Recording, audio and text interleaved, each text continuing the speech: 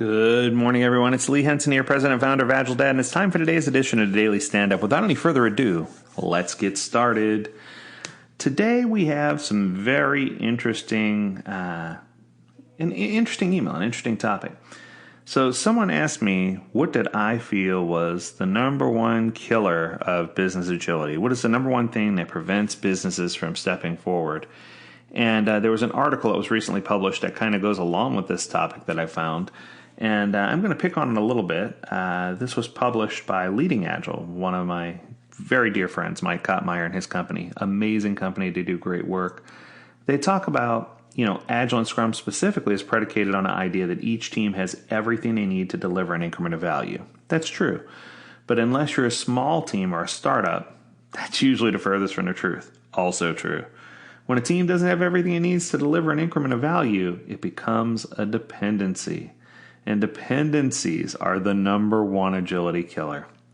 Now, I don't know about you, but I've worked on several teams as a coach, as a scrum master, as a team member. And what I can tell you is dependencies tend to kill everything. Whether it's simple dependencies, like we're waiting on another group to get something done, or some of the more complicated ones, right? Sometimes it's between teams and external entities, but also between teams that need each other to deliver an end-to-end increment of working tested product.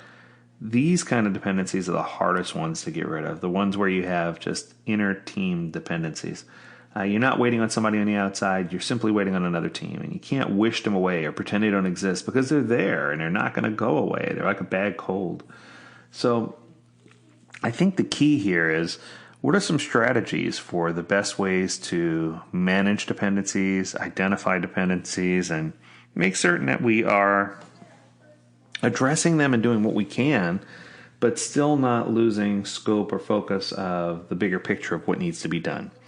So what I can tell you is I think that there's a couple of different ways to break in and identify dependencies, first of all.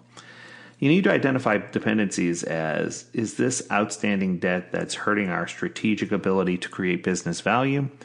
Or is this a dependency that is causing our customer not be able to do some type of functionality they need to do? Is this dependency related to a defect that absolutely needs to be fixed and we need to address it immediately? Or is this a dependency that is related to an enhancement? So I think it's partially, is this something that's going to help keep the team working together and keep the gears moving in well-oiled greased machine position and allow them to continue to be productive? Or is this something that without this, you're pretty much stopped, dead stopped? And the truth is, either way, you have to either get rid of the dependency and break it, or you have to find a way to properly manage it. And I think that too many organizations just try to fix all the dependencies they can, and they try to wish away or forget that the other dependencies exist, when they should be, really focused on, eliminating any dependencies they can. But then with the remaining dependencies, they need to put together a strategy. Now, what most people don't consider in Agile is something called risk management. And I believe that dependencies are a form of risk. And I think that if you look at this from more of a traditional PMP approach with regard to risk management, that you might find the answer here. So the answer lies in a traditional way of thinking. Go figure.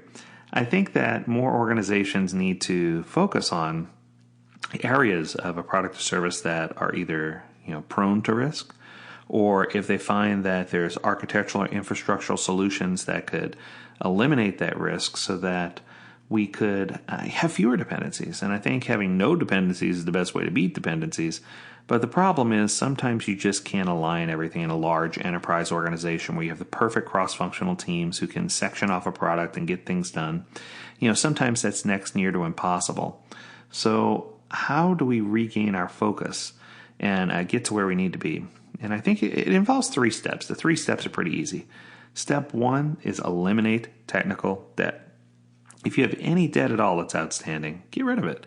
Find a way to either mark it as known but not resolved, or archive it, or move it along. There's things that you need to do in order to make certain that your debt backlog is reduced to 0. You want to make sure that you've taken care of those things. You want to make sure that there's no outstanding debt at all, if possible. Don't be afraid to use the status known but not resolved. Don't be afraid to archive some things.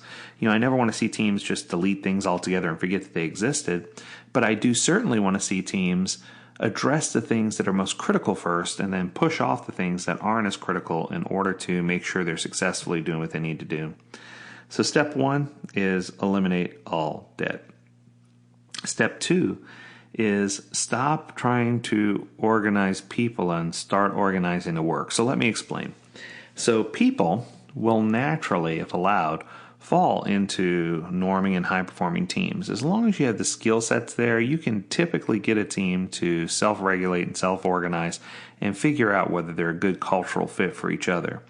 I think too many organizations focus on trying to make sure they have the perfect people and people alignment on every team, instead of focusing on better balancing and working on the backlog to make the backlog something that's easily consumable.